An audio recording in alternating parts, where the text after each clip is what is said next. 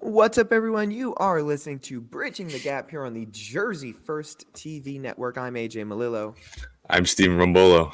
And as always, if you're interested, you should check us out on YouTube. You could check out our website. You should subscribe, hit that notification bell, get all of our content, whether it's Bridging the Gap, the Nader Narrative, Real Talk with Fernando, or you can check us out on our website, jerseyfirst.org, where you can sign up for our newsletter and sign that Jersey First pledge.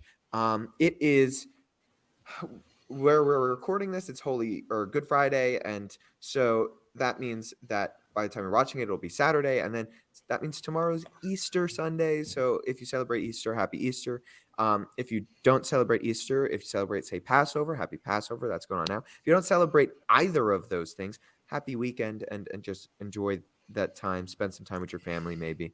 But all that being said, uh, I'm currently recording at school, and I'm the only person in the building. um, so that's kind of interesting. But Steve, what's going on with you as you started a new job this week? I did. It's been very exciting. Listen, man. There's something about the boardwalk where I think once you're there and you get a taste of that life, and you get a taste of that money, it's hard to walk away from that. So I had taken some time away from the boardwalk. This is, at this point, it's becoming like a generational occupation for my family to just be boardwalk people. Sure. So I got a new gig. I'm managing a very wonderful candy store on the boardwalk, and it's a lot of fun. I dipped for the first time yesterday. I dipped candy apples, Very and cool. they did not come out very well. So I'll tell you this much: there is certainly an artistry. It is a craft, and it's a culinary discipline for sure. We make a lot of stuff in house, which I think is really awesome. We do a lot of chocolates, a lot of caramels, pretzels, like super cool, pretty complex stuff to make. And it's really awesome to see the process behind it all. And it's so rewarding too. And I know this is something you'd experienced when we worked in ice cream together. There's just something about giving somebody a rewarding treat and like the smile that comes across their face or the memory that whatever that is brings back for them and they share that with you. It creates such an intimate and special connection. And I think that's the most rewarding part of any job like this. Not to mention, it's a small business, family owned. It's part of a Seaside Heights legacy over there. So I just love being able to, entrench myself again in this community in this way, continue creating memories. And I feel very, very privileged to be a part of it. So it'll definitely keep me busy, but it's something new. It's a breath of fresh air. And I'm sitting here and I can't help but have these thoughts where I'm like, you know what? I'm getting ready to go to law school, but this is the third job I've had now in a kitchen around food, making food for people. Maybe I should be going to culinary school. I don't know. I don't think that there's any reason why you can't be a lawyer that cooks on the side or even be a lawyer for restaurants. Stay in Right, the food industry. that's what I'm thinking, and you know, tons of restaurants need help, especially legally. There's so many regulations that come with food, purchasing Sure. food, and Food law. so who knows? Exactly. Maybe I'll pioneer food law. I'll be like this crazy, like Anthony Bourdain kind Meets of like, lawyer.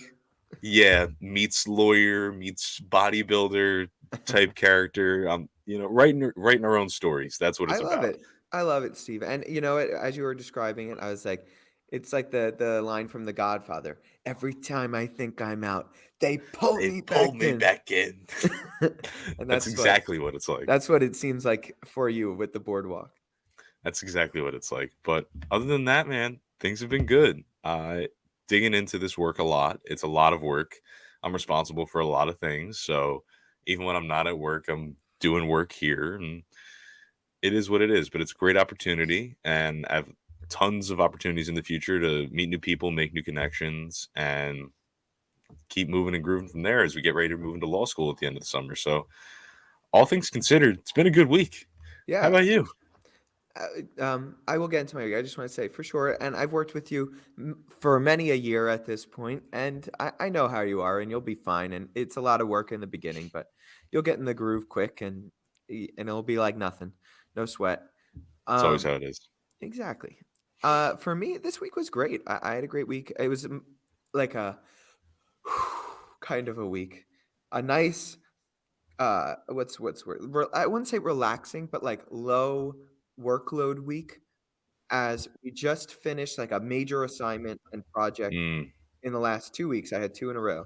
And then finals are creeping around the corner faster than I'd like to admit. I was actually looking at the academic schedule like yesterday and I was like, "Oh, there's like 2 weeks left of the semester." Point Ooh.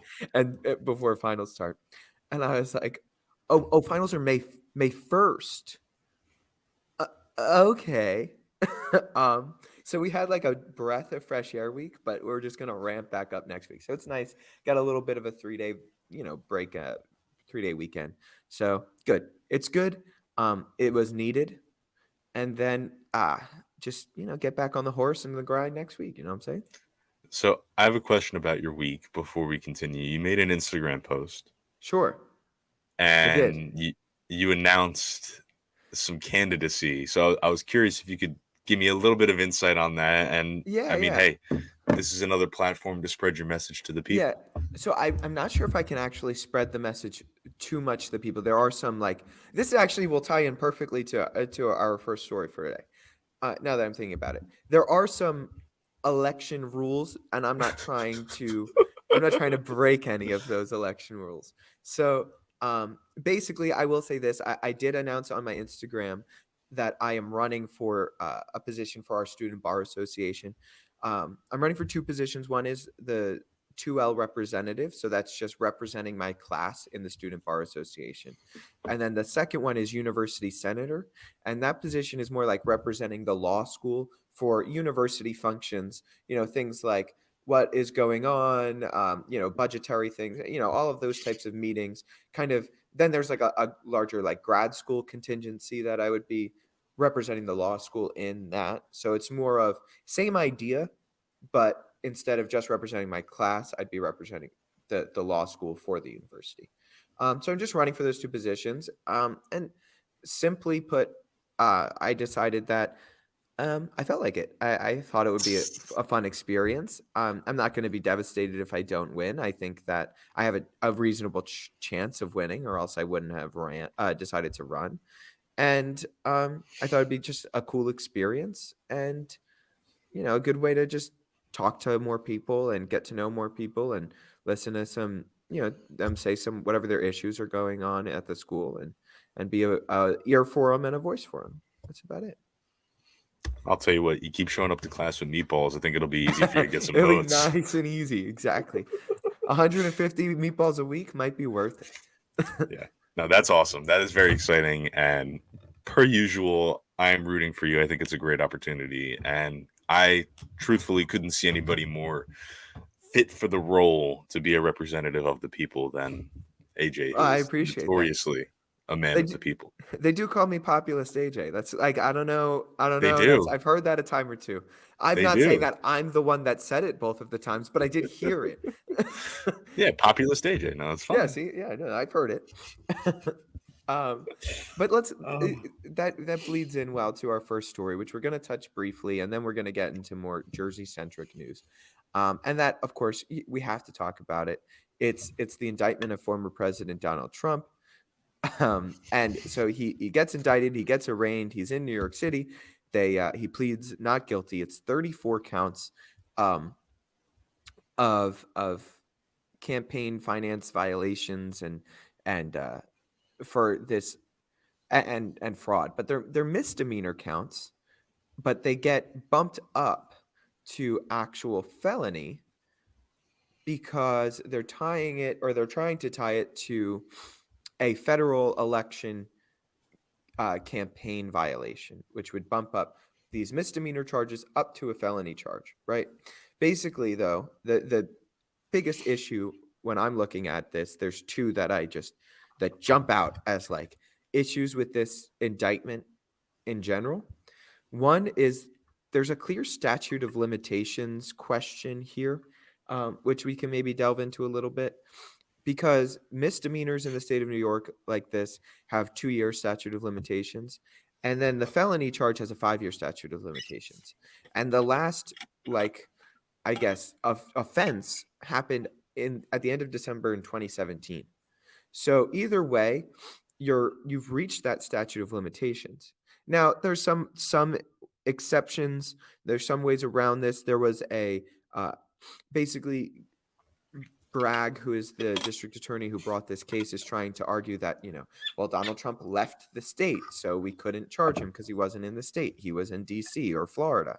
And like that doesn't really hold much water because he still had business addresses in New York. He still had non-primary residencies in New York. He still went to New York during that time.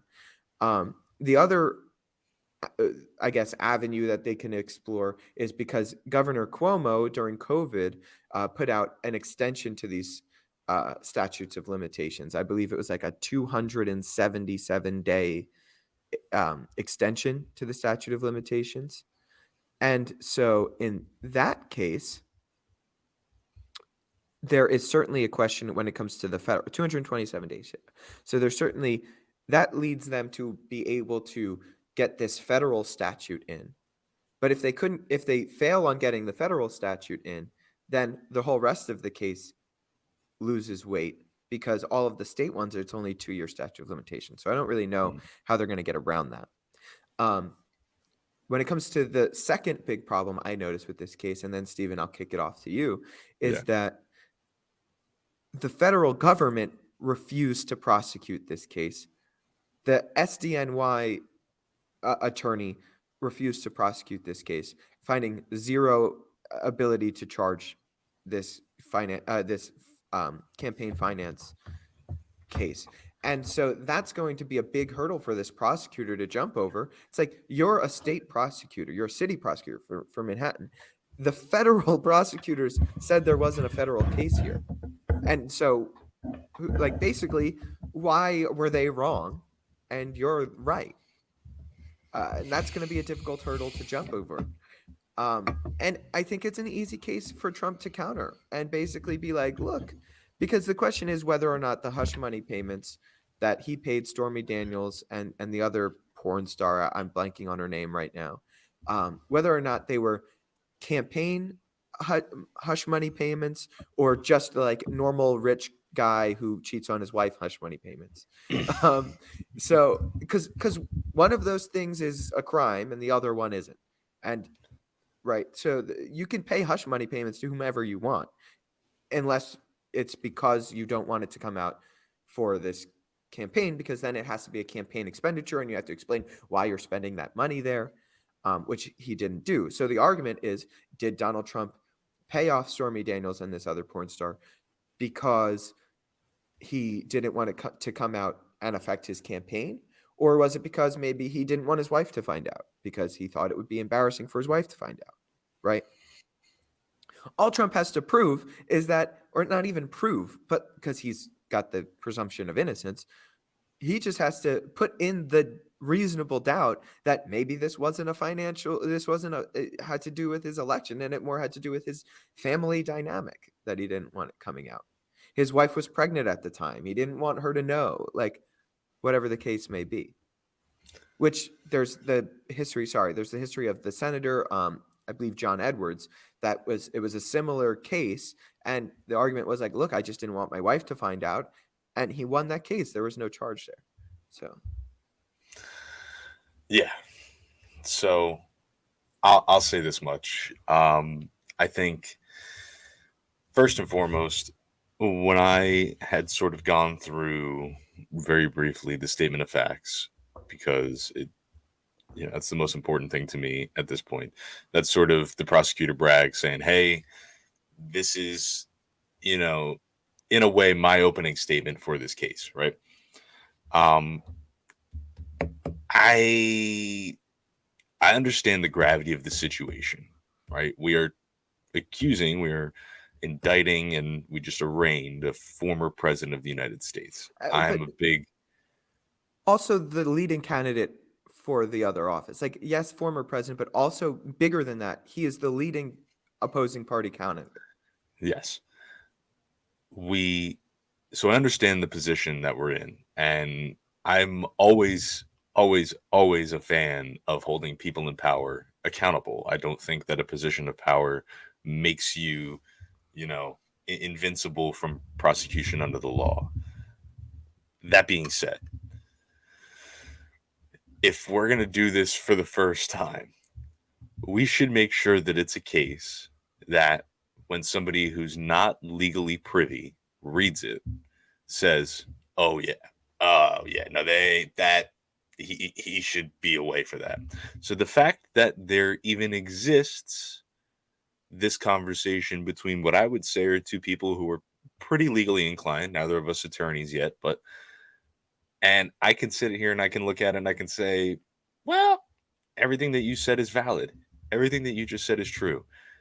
What if these payments, truthfully are to protect the family dynamic? Like the defense against this is pretty open-ended, it's pretty flexible, and I think it's an easy case to beat. We should not be putting up easy cases to beat against former presidents and leading, candidates for elections. Period.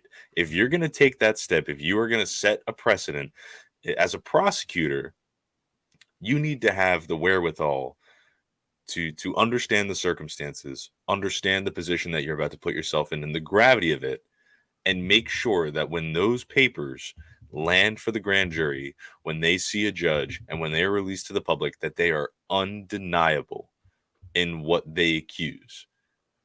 And this, to me, is not that. He claims that these payments were shuffled between lawyers and it was, the money went from Trump organization to Michael Cohen and Michael Cohen to Stormy Daniels. And then Trump was paying him for lawyering services, but paying off porn stars isn't really you're connecting a web. You look like a crazy guy in the movies with all the strings like this. Charlie Day.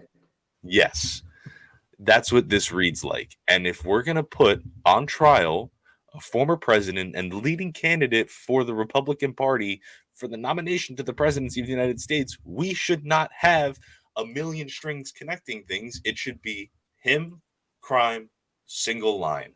Anybody can see it, clear as day. That is the standard, in my opinion, when we are going to prosecute somebody in such a position as Donald J. Trump. So as exciting as it is, as wonderful as it was for me to see his sour little face in the courtroom, and it's not a good look at all. It's a bad case, and I think it's going to be an easily beaten case. I completely agree. And there's other cases out there that aren't as weak. Like there's obviously the case with the uh, classified documents that it's a stronger case. I wouldn't say it's necessarily the strongest, but it's a stronger case. Now that case has other issues. Like if you're prosecuting that, guess what? Then like once Biden's out of office, he should get prosecuted for it. Obama can likely get prosecuted for it.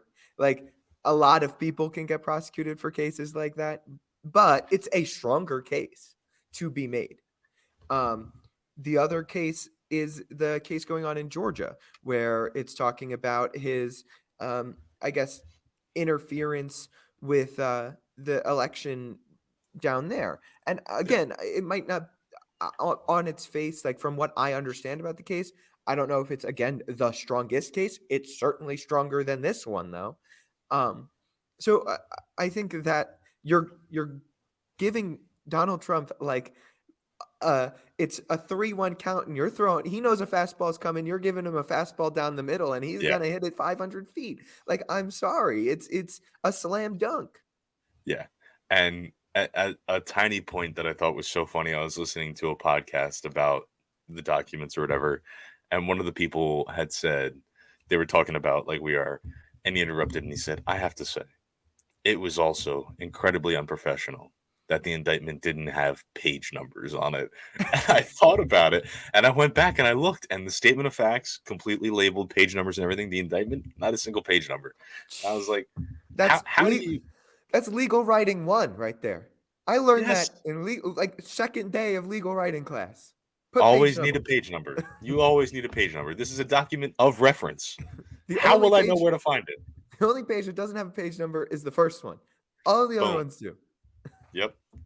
There you go. So I think it'll be interesting to see how it plays out. My understanding of the timeline is this is going to be quite drawn out, and we still have to, like you said, see what happens with the judges when they get this case in front of them, what things are permissible, what's going to be dismissed right off the jump. There's so much that goes into this, so it'll be interesting to watch. But I would say in the meantime, Donald Trump has a campaign to run, and I think that's what his focus and concern is going to be about, because And this is only going leaning to help into him. this, exactly, leaning into this more than he needs to, will help him to a degree. But to me, it's a nothing case. Treat it as a nothing case, and don't give the people that are looking for the cheap and easy win a cheap and easy win.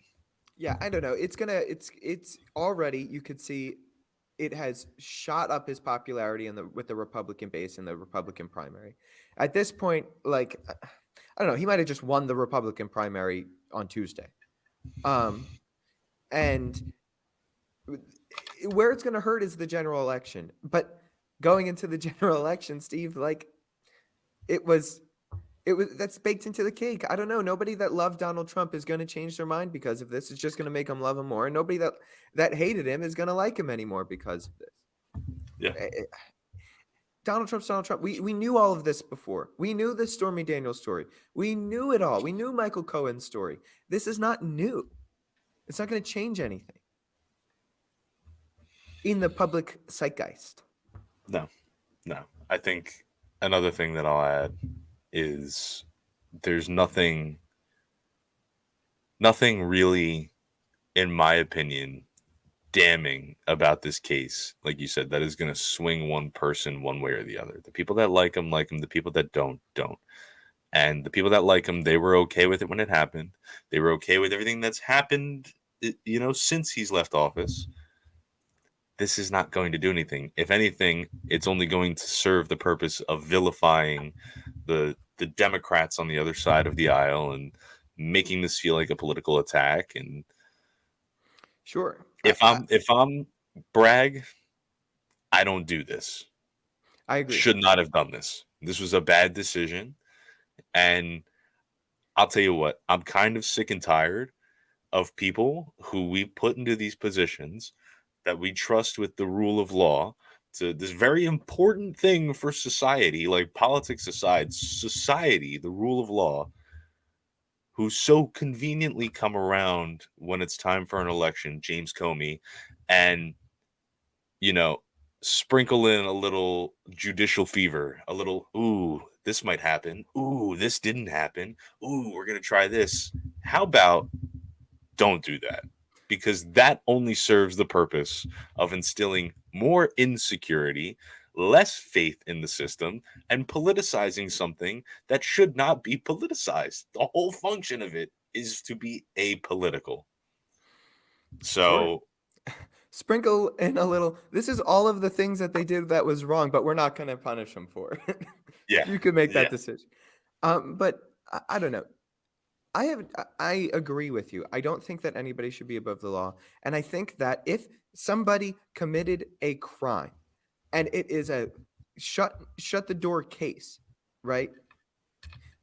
They should be prosecuted for that. Whether it's a white collar crime or, a homicide, like whatever the case may be, I don't think that it's above the law. But be damn sure you got a good case. I think that's the crux of it. Like, just yeah. have a good case.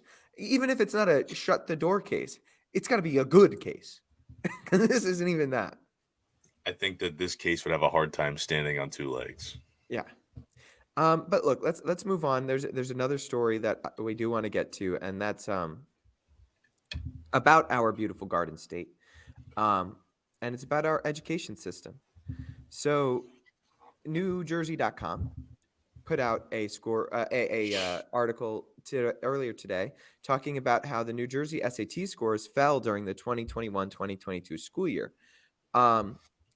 The Department of Education for New Jersey says that has less to do with student readiness and more to do with changes made by colleges, though. Um, and they talk about how the SAT scores averaged to a combined average of 1070 out of 1600 this past year, which is down 10 points from the most recent pre-pandemic school year. But it dropped 47 points from last year's numbers, which was about 1117 on average. Um, and I think that that's interesting because certainly during COVID, all of those standardized tests were much more they were more compact and they were online, um, and just done in different matters, different ways. Like it was the same for when I took the LSAT to get into law school because of COVID. It was done differently than it has been, and so now I believe they're going more back to the traditional way of doing the SAT and these types of tests. And now you're seeing a market decline. So it seems like there might have been an artificial inflation of sorts of these test scores because they made the tests a little bit shorter, a little bit easier, um, during the COVID years. And that's not to discredit any of these students that took those tests and scored well on them. Um, but just throwing that out there. Now, this is talking about the entirety of the school report, which you can look at, which New Jersey has put out. And I don't know, there's some pretty staggering statistics in there, Steve. Um, in this report that they have for us to look at. And for me, some of the biggest question marks is how are we preparing our students? Even forget about the preparing them for the SAT or the ACT. Important as that is, I don't think it's the most important thing in the world. What concerns me more is that only 36% of New Jersey students are proficient in math according to federal standards, and only 49% are proficient in English and language arts. So that's under 50% in both math and language arts that are proficient based off of the federal numbers. And the saddest part of that is that our annual target for math, which we did not meet, okay? Mhm. Ours was 36%. The target is 49.8%. Our target is to not even have 50% of our students proficient in math for their age. Like that's mind-boggling to me. Why are we even shooting for that low of a number? And can't attain it. I And I'm not even that good at math. I'm bad at math. I am bad at math. Listen, I would be curious to know who exactly sets, like you said, these numbers that we're shooting for. Well, Why if it's they're so federal accountability, it's probably the federal DOE. okay, right? So there's a lot of things to unpack when it comes to those numbers.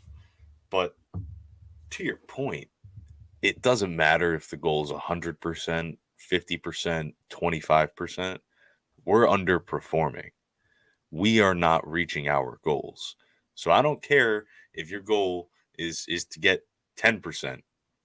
That's a bad goal, right? I think 50% to your point is a bad goal. But we're not even reaching a bad goal. We're doing worse than bad.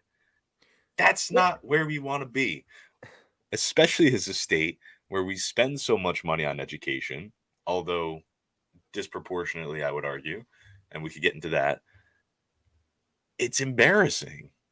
It's actually embarrassing. And I was taking a look at some of the other charts on one of the other graphs, and it seems like there are so many factors, and we were talking about this a little bit before the show, that go into maybe why these numbers are so bad. But participation in these kinds of tests has dropped since COVID. And to your point that you mentioned before, where you said it's because of the way that colleges change things, some colleges don't even want kids to submit SATs anymore. So we're not going to have kids taking the SATs. We're not going to have kids because they don't want to take the SATs preparing for the SATs. So what do you expect our numbers to do when we're telling our kids, you probably don't have to take it? You probably don't have to take it. How are we well, going to get a reasonable metric? I don't know. Personally, if you're saying to me, like, we're telling kids they don't have to take it to get into schools, I would imagine our numbers go up because now You would think. you're talking about the kids that are going to take these tests are going to be the kids that are trying to get into, your Harvards, your Yales, your Stanfords, your Ivy Leagues, higher end schools that are going to be accepting Like you need to take an SAT or an ACT and score really well on it. So I would imagine our averages go up, but apparently not. And the number of kids attending even 2-year or 4-year colleges, either one, is going down. Not drastically, but it's going down in general. Which I don't know. I don't think that's necessarily the worst thing in the world. But to your point, um, if you're not planning on going to college at all, why would you take this? Mhm. So I don't know. I think it's questionable. I think also New Jersey prides itself on our education. We have some. We have some of the best public schools in the 50 states. Right. If New Jersey has 2/3 of students underperforming on math, right? I can only imagine what some of the other states in the country look like. But like my mother always told me, when I would come home with either a bad grade or maybe I got scolded by my teacher, and I said, "But mom, but dad, you know, Johnny, Johnny got a D. I got a C, but Johnny got a D." My mom and dad would look at me and say, "AJ, I don't care what Johnny got because I'm not Johnny's parents. I care about what you got." So, to the state of New Jersey, I don't care if we are the number one public education school in the country. We're underperforming. And I mean, I care about the other states, don't get me wrong. But but if I'm a New Jersey resident and I'm sending my children to New Jersey schools, guess who I really care about? New Jersey. And we're still underperforming. You just mommed the whole state of New Jersey. I Yes. love it. I love it. I love it. And it's accountability is truthfully what it comes down to. Because even you and I, we had to, how many clicks off of this article were we to even find this information, and then, the stuff that we looked at afterwards, it was a little more broken down. If you're the average person, first of all, I don't even know that your eyes are going to come across this story to begin with, let alone you're going to take the time to click the one link that adds to the next link, that you follow the little hyperlink trail that gets you to the real nitty gritty of these numbers, where this reality becomes so apparent to you. That's also a problem. We're taxpayers. We're putting money into the system. We deserve to know how well it's working. And of course, it's convenient when it's not working well, that it's a little bit hard to find that reality, that those facts are a little bit harder to find. That's Yeah, not and to say that New Jersey's not doing great things for education, also, because I do really take pride, and I've said this many times. I am completely the product of New Jersey schools, public education through and through, to my master's degree. So, there is really great things that come from our system, but a failure of one student, truthfully, is a failure to all students, because education is like the key to life, the key to success, in my opinion.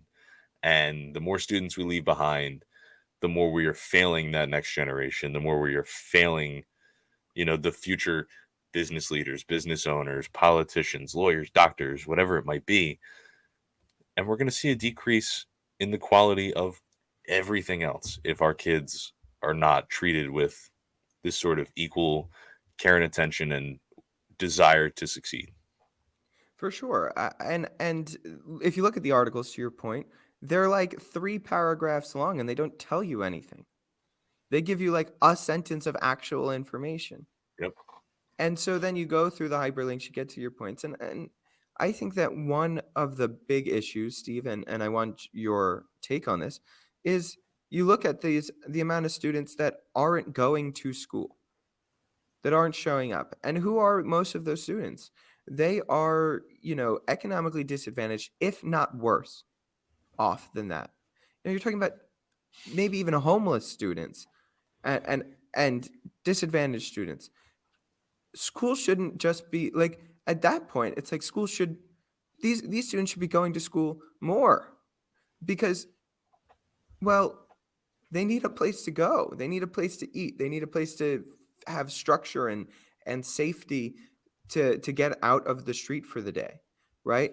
So I don't know. We should be trying to find those kids and make sure those kids are going to school. give them an opportunity to at least for 8 hours a day be in a warm place in the wintertime, in a cool place in the spring and early fall, and have an opportunity to learn something. So, yeah, I don't know. I it feels like we are failing our students, and for me, another big telling statistic is that we have one administrator for every 12 teachers. I don't know. We're trusting our teachers to be watching our kids for 8 hours a day. I don't think that they need an administrator looking over their shoulder that whole time because, quite frankly, I don't know. I've been to schools before that have a lot of administrators, whether that's in the university setting or in the high school setting, or lower. And quite frankly, it seems like administrators don't do anything. They kind of have a fancy title and they walk around a little bit with a walkie talkie. Yeah. And I don't mean to disparage any administrator, but I don't know, maybe sit down and tell me why you're really, really necessary, because that seems like too many administrators. Too many, chefs and not enough, like line cooks, to use Yeah. an analogy. Yeah, that's fair. I'll disparage administrators, because I see no utility to it. Because you know what? One administrator every 12 teachers. Listen, we get rid of some of those administrators. Maybe these schools have more budget to, I don't know, make sure the classrooms are more well equipped so we can get those test numbers up. Maybe that money goes to the teachers because in New Jersey we have great public education and we do not treat our teachers well at all. Teachers should not be having to go to Staples and use their own personal money to get things for their classroom. So, you know what? I wouldn't mind it if an administrator got out of there so it put a few more bucks for books or resources or things like outreach programs to get these students that are not in school, missing school, skipping school for whatever reason that might be, the resources that they need to encourage them and show them and provide them the support to get them into the classroom every day that they can and open, sort of the window of education to these kids and show them that the reality of it isn't that you're always going to be in the classroom all day every day. That's not education. I think education, especially now with the advent of the internet and access to all of these tools and resources that come with that, has become this very flexible and fluid thing, and we can teach people in so many different new and unique ways. And I'm not naive to the fact that there are kids who can't legitimately cannot learn in a classroom setting. There are some people, COVID has taught us, that might be better off learning online. High school students still can learn online, right? Provide students with more options to get education, period. That's what it needs to be. Get those students into the classroom if you can, if that's a feasible reality for them. That'll make them successful. Paying administrators to walk around and look at teachers and, you know, dilly dally over curriculum and, sort of cherry pick the issues of the day does not promote those interests whatsoever. It lines pockets, it creates bureaucratic backup, it frustrates parents, and it serves no actual purpose of functional and functioning education. So I'll disparage all the administrators as long as I can because I, like you, want more students, more New Jersey students in particular, in the classroom, learning productive and useful information that's going to make them successful in whatever avenue they need to find success in. If the SAT is not for you, we'll prepare you to go to vocational school. If vocational is not for you and you don't want to take the SAT, we'll prepare you with the skills that you need to go out and get a real life job in the real world. That's what we should be spending our money on. That's how we need to encourage these kids to get into school and show them that education is not cookie cutter. You need to know algorithms and this and that. We want to serve you in your future so you can continue to give back to society. That's how we grow. And administrators, to your point, what are they doing except cluttering the system? I mean, Steve, I couldn't have said it better myself. And to that point too, if more kids aren't taking the SAT, more kids are deciding not to go to college. Why don't we have actually like reach out to people, business owners, whatever the case may be, and talk to them about taking these high school kids, these 14, 15, 16-year-old kids that maybe they don't want to go to college, maybe they want to actually go, and like apprenticeship programs, things like that. Like of like basic trades, even if it's not vocational school. We should be making deals with, why can't the local school be making a deal with a local restaurant to say, hey, we got this kid, man. He doesn't want to go to college, but he loves to cook. He thinks it's super interesting. Make a deal with the local business that runs the kitchen, that maybe for lunchtime, right around lunchtime or something, this high school senior gets to, instead of going to class, he gets to throw on the apron and go into the kitchen. He gets some credits. He maybe makes a little bit of money, and he's working and he's learning a trade. He's learning a skill that's going to be with him for the rest of his life. Why are we stunting this ability? Call up a plumber, a local plumber, and a kid that is good with his hands, or a mechanic, and it's the best of both worlds, man. Give him some credit for school and give him some credit for The a real world. trade that they'll learn in the real world, and they can put on their resume. I don't know. Maybe I'm just a high pie in the sky optimist, Steve, but it doesn't sound too crazy to me. No, you know what's crazier than that, like you said, is that we are aiming to have 50% of our students proficient in math, and we can't even do that. That's crazy. Nothing Yeah. that you said, nothing that I said is out of line, is crazy, is outrageous in any way, shape, or form. The reality of the situation is what's crazy. And I think any New Jerseyan who hears these statistics should feel exactly the same way. I couldn't have said it better, and I think that's a great way to leave off the show, Steve. This has been another episode of Bridging the Gap on the Jersey First TV network. Steve, if you have any last words, let the people hear it. I just want the people to know that education is the key to open so many doors in your life, and we should pay more attention to it. We should treat it with seriousness, and it's something that, even if you're not currently in the education system, I think deserves a little bit of your passion, because it is an investment in the future of your community, your state, your country, and our world at the end of the day. So it's an issue that affects everybody, and having a stake in it is very important to me. So that would be my message. I love it. I couldn't agree more. So everybody, have a wonderful weekend. Have a wonderful Easter and Passover, and I hope to see you all next week. I'm AJ Malillo, I'm Stephen Rombolo. and this was Bridging the Gap. Have a good week, everyone.